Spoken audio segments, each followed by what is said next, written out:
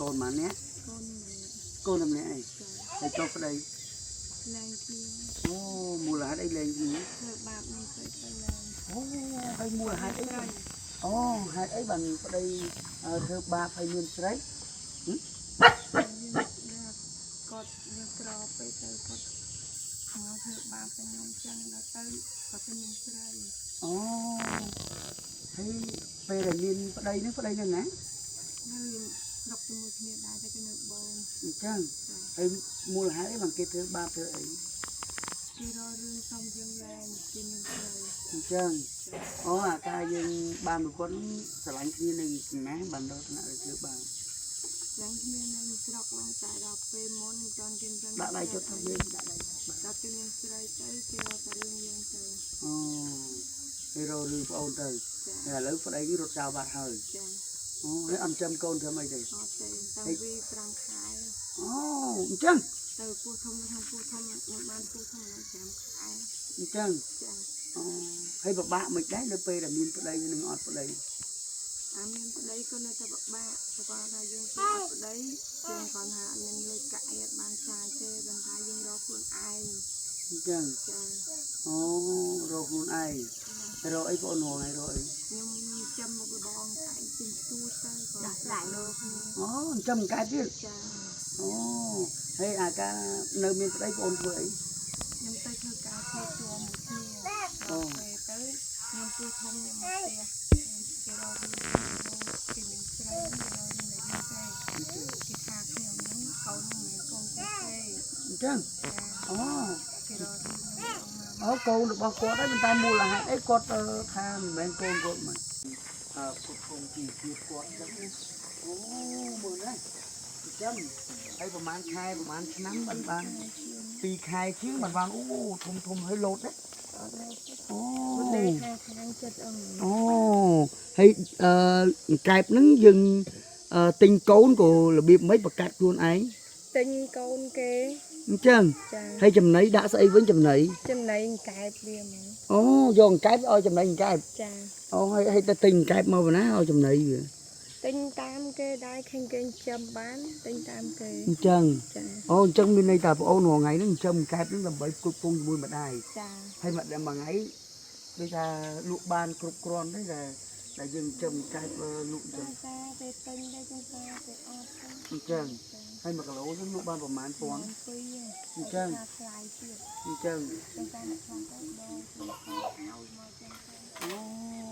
hay đòn trứng trùm hòm kia mau tinh nè phun nè sọc hòm mau tinh bàn dương ban lui tinh co tinh yêu hộp hay bởi sân thì kia ọt mau tinh gì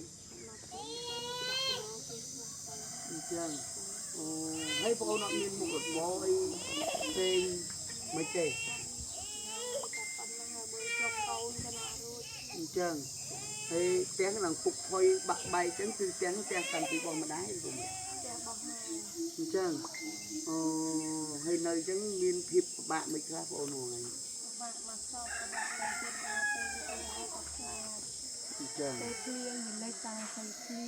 lấy tiền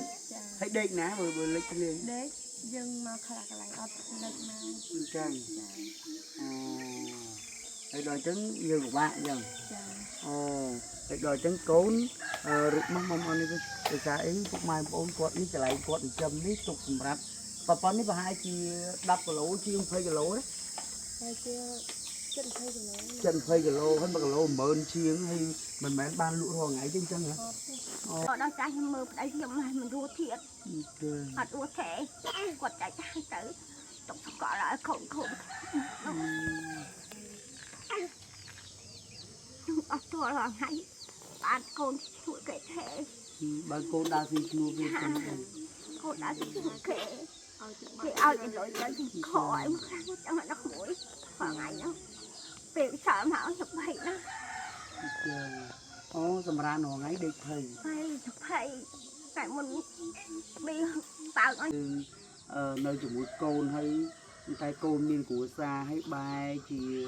đi tha của xa miền ở đây cái miền sray miền ấy chào côn dương trên tục trâu dương còn pri côn dương ngày mai chứ râm được gì mệt đai râm thải dương chỉ có cái thá giờ tụi ai chặt rồi hai lên từ là cái ca miên bột bún miên câu thì mua chơi thôi chẳng tìm mạo chọc sậy đấy chẳng ហើយចុះចំណែកលោកយាយលឺអំបញ្ញមិញថាលោកយាយឃ្លានហ្នឹងឃ្លានអីគេ ខ្ញុំហងៃសំបីតាថាឃ្លានឃើញតារ៉េនក៏ខ្ញុំឃ្លានឃើញគេលក់ទៅសាគេទិញជាវទិញអីកូនគេខ្ញុំឃើញអញ្ចឹងខ្ញុំឃ្លានតែប៉ុន្តែកូនជួនកាលខ្ញុំកូនមានទៅទិញអាមួយចាន1000ខ្ញុំឲ្យអញ្ចឹងទៅតារ៉េនខ្ញុំឃ្លានជាងគេហ្មងខ្ញុំឃ្លានតារ៉េនជាងគេឃ្លានណាស់តារ៉េនខ្ញុំឃើញក៏គេទិញថ្ងៃមុនក៏អូបឈ្ងុយគេបងគេទិញ នឹកឃើញថាមកអញបានស៊ីឆ្ងាញ់ហើយយ៉ាងនឹកឃើញចឹងអាហួយអូចាស់ហើយចង់ហូបឆ្ងាញ់ហើយដល់ចឹងអត់មានកូនណាមានលទ្ធភាពទិញឲ្យលោកយាយកូនទៀតតែវាមានដែរគេគឺដោះទល់នឹងគ្រូតាគេដែរមួយឲ្យគេមានកូនគេមានប្រពន្ធហើយយកគ្រប់គុំទៅយើងមកដៃអើខែឆ្នាំចូលឆ្នាំចូលអីហ្នឹងគេជូន 2-30000ចឹងទៅគឺឲ្យដោះខ្លួនចឹងទៅណាបាទថាបើយើងទាគេពុះទាមកៅពួកគេមានគ្រួសារគេដែរគេដោះស្រាយជីវភាពគេដែរបាទយើងនឹកមកទុកកូននៅជាមួយកូនគឺថាអញគ្មានដែរអញធ្វើម៉េចអញក្រដែរចឹងខ្ញុំហ៊ានទាគេកូនណាដឹងកូនខ្ញុំដឹងទៅកូនណាមិនដឹងក៏ឲ្យទៅខ្ញុំនឹកឃើញចឹងណាពុកមួយបាទខ្ញុំមិនទាកូនទេយូរដល់តាមទៅបើមុនខ្ញុំថាឃ្លានគឺខ្ញុំហ៊ានបត់ឲ្យកូនដឹងដែរមូលហេតុអីបានមិនប្រាប់កូនពោះកូនវាឃើញមើលទៅវាគ្មានកប៉ាល់នឹងលុយលក់កែបមកគាត់បានទិញហូបទិញកហើយណាមួយវាឆ្នាំកូនចំណីកែបផងអីផងមួយថ្ងៃបាន1គីឡូ2គីឡូទៅរកអីហើយ1គីឡូបានតែ12000ទេខ្ញុំពិបាកនិយាយខ្លែងនិយាយទៅតាំងគ្រូហើយអញ្ចឹងថ្ងៃនេះយើងខ្វះខាតនឹងខ្លាំងជាងគេគឺការហូបចុកចាហូបចុកហ្នឹងហើយប៉ុណ្ណឹងបាទហើយអារម្មណ៍នៅពេលដែលសម្រានលោកយាយសម្រានអញ្ចឹងលោកយាយមានអារម្មណ៍ដូចដែរលោកយាយបើផ្ទះលោកយាយអញ្ចឹងខ្ញុំនិយាយតាមតខ្ញុំមកដឹងថាលើយាយលោកយាយគេប្រឡំតិចបាទស្មាតទៅពុកម៉ែបងប្អូនខ្ញុំឃើញទៅចេះទេនេះហើយដល់លោកយាយសម្រានអញ្ចឹងលោកយាយឃើញឈើពុកអានងពុកអស់អញ្ចឹងអារម្មណ៍លោកយាយមិនដែរនៅពេលដែលចាស់អារម្មណ៍ចេះតែថាភ័យមិនដឹងធ្វើម៉េចទៅណារត់ទៅណាបើផ្ទះយើងវាអញ្ចឹងភ័យដែរប៉ុន្តែមិនដឹងធ្វើម៉េចទៅធ្វើការដល់ទៅជាសហើយខ្ញុំអត់ចេះអញ្ចឹងហើយដល់គោលដៅតទៅមុខទៀតមិនវិញនៅពេលដែលកូនយើងមួយហើយគោលដៅយើងចង់ធ្វើបន្តដំណើរទៅមុខចង់ធ្វើមិនអីមិនទេខ្ញុំថាចាំមានដើមទុនខ្ញុំចង់បរិចាំកែបបន្តិចទៅចាំខាងសัตว์អីផ្សេងអញ្ចឹងណាតែវាគ្មានយើងទៅឃើញតែគេចិត្តឃើញអញ្ចឹងប៉ុន្តែវាគ្មានចង់ចិត្តចង់បរិមុខរបរកែបនឹងដើម្បីឲ្យដូចថាអាជីវកម្មយើងគ្រាន់បើជាមួយតែខ្ញុំដូចថាដូចខ្ញុំនិយាយទៅពុកម៉ែបងប្អូនហើយកែបមកទ្រុងអញ្ចឹងតែ10គីឡូ20គីឡូដល់គេទិញអស់ដល់អញ្ចឹងតម្រាំចិញ្ចឹមធំបានទៀតតម្រាំអស់ទៅហូបអត់ទាន់ណាពុកម៉ែបងប្អូនដូចគាត់និយាយចឹងមិនមែនថាលក់អស់ហើយកែបនោះស្អែកឡើងធំទៀតទេដល់អញ្ចឹងគាត់អត់អាចនឹងបន្តដំណើរជាមួយនឹងអាជីវកម្មរបស់គាត់ដើម្បីចិញ្ចឹមជីវភាពគាត់ចឹងហ្នឹងបាទដូចថាលក់អស់ទៅអស់អីហូបចឹងទៅដល់តម្រាំកែបធំទៅបានយើងមានបានលក់ទៀតចឹងណាបាទហើយបើសិនជាមានទី3ទ្រុងទៅលក់មកទ្រុងតទ្រុងទៅអាហ្នឹងអាចចិញ្ចឹមគាត់តបាទ2ទ្រុងចឹងទៅលក់អាតុងចឹងទៅលក់ហានហ្នឹងទៅតគ្នាហើយបើយើងមានអីថ្ងៃហ្នឹងឃើញហើយបាទហើយបានដោះស្រាយកូនមាន់ទីទូចហ្នឹងងាប់ទៀតអស់ហើយកូនមាន់អញ្ចឹងបាទអញ្ចឹងថ្ងៃនេះគឺយើងខ្វះខាតខ្លាំងជាងគេនេះគឺការហូបចុកនេះហ្មងបាទបាយខ្ញុំបារម្ភតែចាស់ខ្ញុំទេថ្ងៃហ្នឹងបារម្ភមិនលោកទេខ្ញុំខ្លាចខ្យល់មកបាក់អញ្ចឹងចាដេកភ័យរយប់ខ្ញុំដេកតែបានទៅលក់ដេកក្នុងការទៅមកភាំងទៅភ្លឺទៅយកពុកម៉ែបងប្អូនលោកតាលោកយាយជាទីគោរពជាទីស្រឡាញ់រាប់បានបន្ទាប់ពីការសន្ទនានិងការរាយរាប់ពីទុក្ខលំបាក របស់ពួកគាត់ដែលជួបទុក្ខលំបាកបាទមិនដឹងថាដងហើយមិនដឹងថាស្រែកឲ្យអ្នកណាជួយទើបថ្ងៃនេះខ្ញុំបាទជើងហុកបានធ្វើដំណើរមកដល់ខាងស្រុកមីសាំងខេត្តព្រៃវែងនេះដើម្បីសួរនាំពីជីវិតពិតដែលទុក្ខលំបាកដោយខ្ញុំនិយាយអំបញ្ញមិញគឺមិនដឹងថាទំលាយមិនដឹងថាដង្ហើយឲ្យអ្នកណាបានដឹងបានឮដោយសារតែការមើលឃើញទុក្ខលំបាកមួយនេះហើយទើបខ្ញុំបាទជើងហុកនេះក៏វិលត្រឡប់មកជួបដល់ពួកគាត់បាទជីវិតពិតរបស់ពួកគាត់ដើម្បីចែកជូនដល់ពុកម៉ែបងប្អូនលោកតាលោកយាយ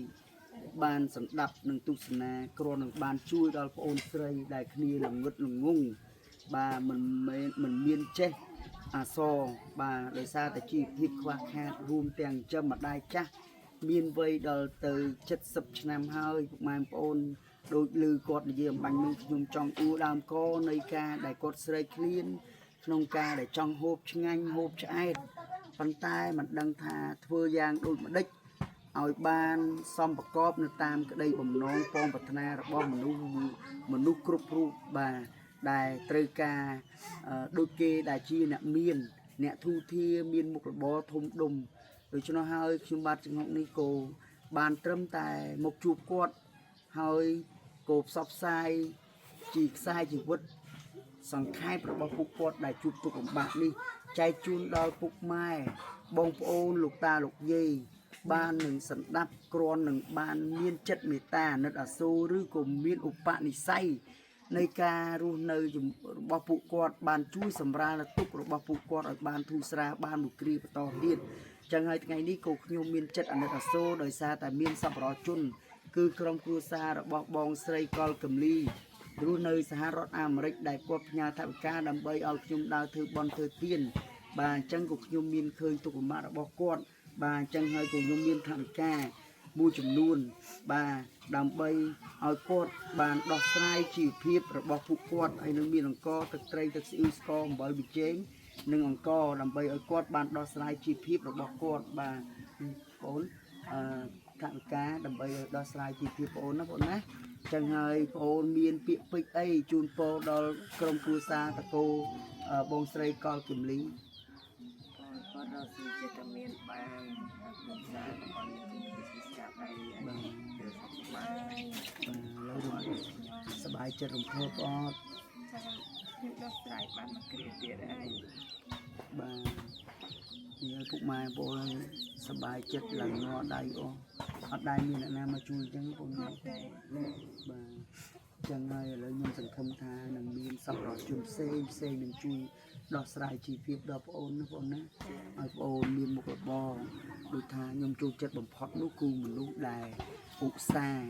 ព្យាយាមទោះបីជាផ្ទះក្របាទប៉ុន្តែគាត់ចេះសម្អាតគាត់ចេះរៀបចំផ្ទះសម្បែងរបស់គាត់បានមើលទៅឲ្យភ្លឹងតែម្ដងខ្ញុំសូមសរសើរហើយណាមួយចេះមានមុខរបរផ្ទាល់ខ្លួនទោះបីជាតិចតួចក៏ពិតមែនប៉ុន្តែដែលគាត់ប្រឹងប្រែងដើម្បីតែកាពះរបស់ពួកគាត់បាទខ្ញុំសូមសរសើរគាត់អញ្ចឹងហើយខ្ញុំក៏សង្ឃឹមថាពុកម៉ែបងប្អូនលោកតាលោកយាយនឹងមានចិត្តអាណិតអាសូរដល់គាត់ដើម្បីជួយដោះស្រាយជីវភាពរបស់គាត់បានមួយគ្រាបន្តទៀតអញ្ចឹងថ្ងៃនេះខ្ញុំបាទជិះហុកក៏មានគ្រឿងក្រៅហូបចុកនិងថវិការបស់បងស្រីកុលកំលីដែលផ្ញើតាមរយៈខ្ញុំទុកដើរធ្វើបន់ធ្វើទានជំនួសដល់បងស្រីនេះគឺជាទឹកចិត្តដ៏មហាសែនសប្បុរសមហាសែនចិត្តបន់មហាសែនចិត្តព្រះរបស់បងស្រីកុលកំលីទោះបីជាបងមិនមែនជាអ្នកមានមហាសទ្ធិអុកញ៉ាអាយអាដាមលោកកំទាវគាត់មែនតែទឹកចិត្តដ៏សែនសប្បុរសមួយនេះគឺមិនអាចកាត់ថ្លៃបានទេ